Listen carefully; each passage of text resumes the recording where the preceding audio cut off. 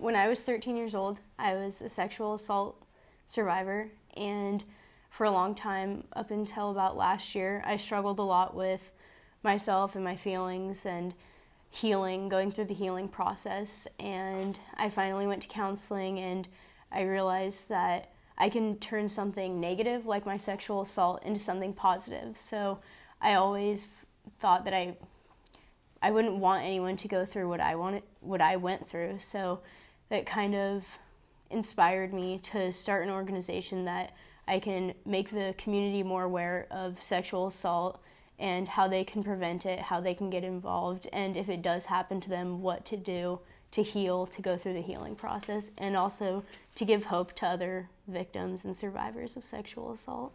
On the front, too, Stephanie is, basically. Okay. And then on the back are all the community resources, including your phone number, in case a victim wants to come forward. Okay. I think that I just mostly want to inspire the survivors that adversity can be overcome. I mean, I went through it, and it was a traumatic experience, but here I am now. I'm able to talk about what happened to me. I'm able to turn it into something positive, and I was able to overcome it, so I kind of just want to give that hope to other people. And they basically just symbolize, well, teal stands for sexual assault awareness, so by tying them, it's just going to be used to make the community more aware of sexual assault, and also stand as a symbol of hope to survivors, victims.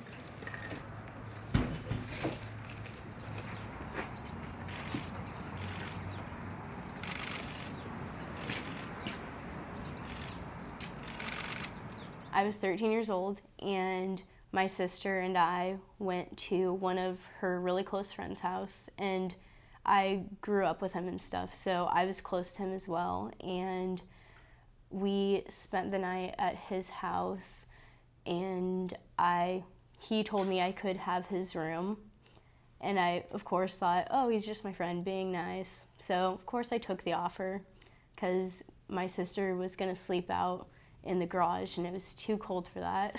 So I slept in his room, and just later that night I was raped and threatened, whatever else, beaten. I was confused, and I was so overwhelmed with all these different feelings of, I was ashamed, I felt disgusting, I felt impure, I was just confused about life in general. I didn't feel that I had any thing to enjoy anymore, I guess. And then I received counseling, and I realized that I'm better than this. You know, I don't need to let this drag me down for the rest of my life. And I don't think of myself really as a victim anymore. I like to think of myself as a survivor because I was able to overcome it. There was a time where I would hear my child crying at night, not sleeping, not caring to go out, not caring to do schoolwork, just didn't care.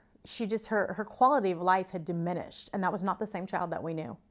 That was not the same child. I mean, I would look at her some days and think, where did my child go? What has happened?